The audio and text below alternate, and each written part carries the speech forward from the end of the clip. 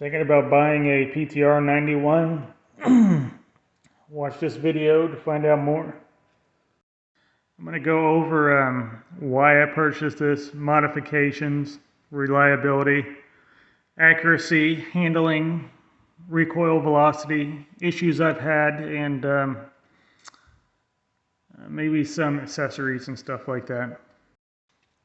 I purchased this rifle from Atlantic Firearms in October 2020. I purchased this really because I wanted a classic battle rifle. Now you could argue something more modern like an AR-10 is probably a more practical choice, but after shooting a Set-Me-L, I was really obsessed with the way the design on these work. I really like the roller lock system, and it's debatable what people call this, roller delayed. I prefer roller locked, as I do believe it is locked. Modifications I've done. I've added this wooden stock, a black pistol grip, and a black handguard. That originally came with some really crappy green furniture that was ugly, and that was it. That's all I purchased. I even used the same end cap here with this stock that I originally came with my green rifle, the green furniture, so it would match. I want to go into accuracy. As far as accuracy is concerned, my standards are pretty low. My standard is basically if I can hit a 6-inch gong at 100 yards, I'm very happy with that. And this rifle will deliver every time I squeeze the trigger. So I really haven't put it on paper and done some serious accuracy testing. I'm not that kind of guy, but I'm sure this rifle is more accurate than I can be. Some velocity data: CBC 147 grain NATO, average 2745 feet per second. Federal Lake City 2760 feet per second. Winchester 762 NATO, white box 2777 feet per second. South African 147 grain, 2630 feet per second. M118LR 2525 feet per second, and that's with a 175 grain bullet. As far as handling goes, the recoil is not as bad as people seem to want it to be. People often trash on this design, saying it kicks too much. Compared to a FN rifle, FAL, it kicks more, but it's not much more. In fact, the recoil feels different. It feels delayed. It's like shooting a semi-auto shotgun.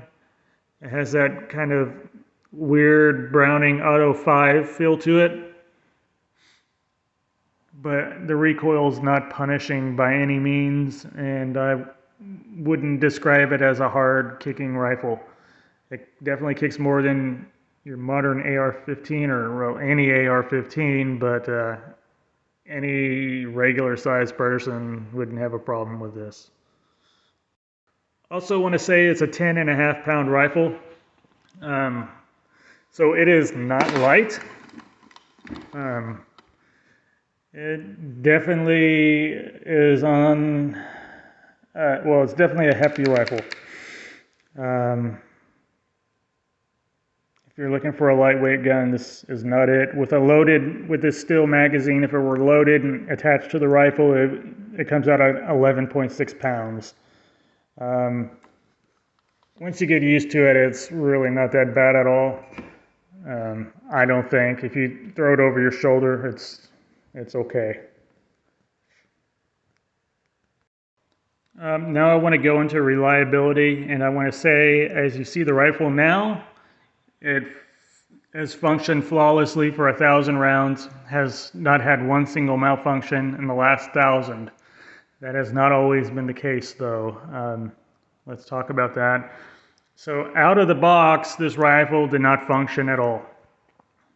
When you get this rifle, it comes with a big checklist, and it states everything they do, and that includes reliability testing. It makes me wonder if they're really testing these rifles or not. But out of the box, this rifle fired like 2 rounds and basically had a whole smorgasbord of problems. Like it wouldn't chamber, it wouldn't fire. It was just really, it was hard to pinpoint what was going on. So with that being said, I did call PTR, and they sent back a request, sent back a return label, and I shipped it back to them. And they sent it back to me with a list of things they've done. They said they replaced the barrel, the cocking tube, and put a new bolt in and set the headspace. So after waiting 6 weeks, I finally get my rifle back. Or maybe it was a little longer than that, 6 or 8 weeks. I get my rifle back, and sure enough, it fired about 30 rounds before it completely just ceased to function. This time, the cocking handle, it would not charge at all. It basically took the strength. It took the strength of like 3 men to charge this back. It was just impossible to charge the handle, and the headspace was way off, like basically in the danger zone of, in terms of safety. Wasn't safe to shoot. So I sent it back to PTR again for a second time, and since that second time, after sending it back to me, it's been flawless out of the box.